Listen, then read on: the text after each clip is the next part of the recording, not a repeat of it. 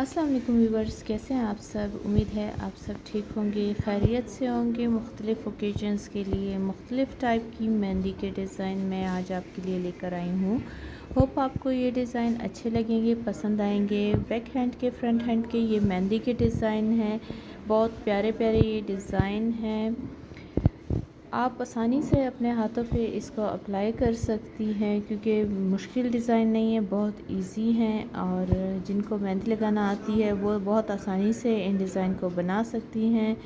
तो हर ओकेजन के लिए इसमें मेहंदी के डिज़ाइन है। अगर वीडियो पसंद आई हो तो चैनल को सब्सक्राइब करना ना भूलें। Thank you.